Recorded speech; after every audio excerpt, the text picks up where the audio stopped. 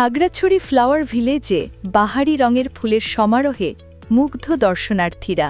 পাহাড়ের মানুষের মাঝে ফুলের সৌন্দর্য ছড়িয়ে দিতে পারিবারিকভাবে গড়ে তুলেছেন স্বপ্নবিলাস ফ্লাওয়ার ভিলেজ।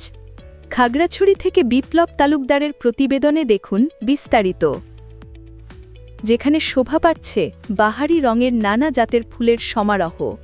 শুধু তাই নয়, ফুল দেখতে দেখতে ক্লান্ত হয়ে গেলে নিতে পারবেন বিশ্রাম, খেতে পারবেন চা কফি ছাড়াও পছন্দের খাবার, কিনতে পারবেন বিভিন্ন দেশি বিদেশি ফুল ও ফলের চারা। এগ্রো ট্যুরিজম নজর কাটছে ফুলপ্রেমীদের, সারাও মেলছে বেশ।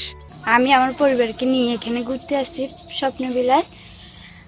জায়গাটা অনেক সুন্দর, সবাইকে নিয়ে আমি ঘুরতে আসছি।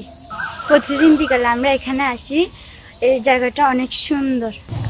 খাগড়াছড়ি থেকে এসেছি, স্বপ্নবিলাস জায়গাটা অনেক সুন্দর। এখানে পরিবার নিয়ে এসেছি, আমাদের বাচ্চাদের এখানে খেলার জায়গা অনেক সুন্দর। এখানে প্রতিনিয়ত অনেক মানুষ আসতেছে, পরবর্তীতে আবার আসব। মানুষের মাঝে ফুলের সৌন্দর্য ছড়িয়ে দিতে ব্যতিক্রমী এ উদ্যোগে এই ফুলের বাগানে কর্মসংস্থানের সুযোগ হয়েছে 10 থেকে 12 জন শ্রমিকের।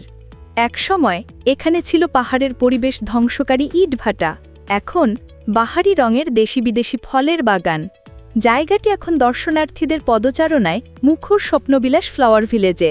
খাগড়াছড়ি জেলার মহালছড়ি উপজেলার মুড়াপাড়ায় এই নার্সারি দেখে মনে হয় যেন রঙিন ফুলের বাগান।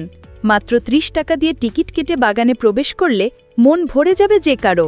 স্বপ্নবিলাস এসে এখানে অনেক কিছু আছে, অনেক ভালো লাগছে। পরিবারকে নিয়ে আসছি, এখানে অনেক সুন্দর সুন্দর ফুল আছে। আশা রাখছি এখানে ভবিষ্যৎ আরো অনেক ভালো হবে। জায়গাটা অনেক সুন্দর, এসে মনটাও ভালো হয়ে যায়।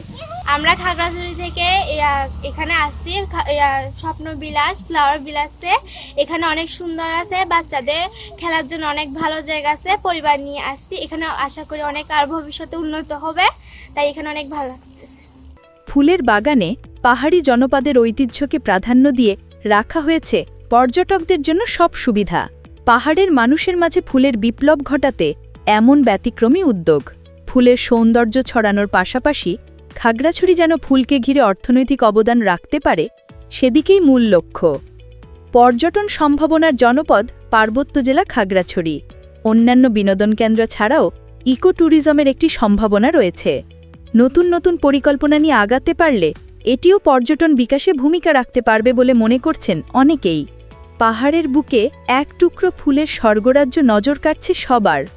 দূর দূরান্ত থেকে আসছেন অনেকে, কেউ থামছেন যাত্রাপথে।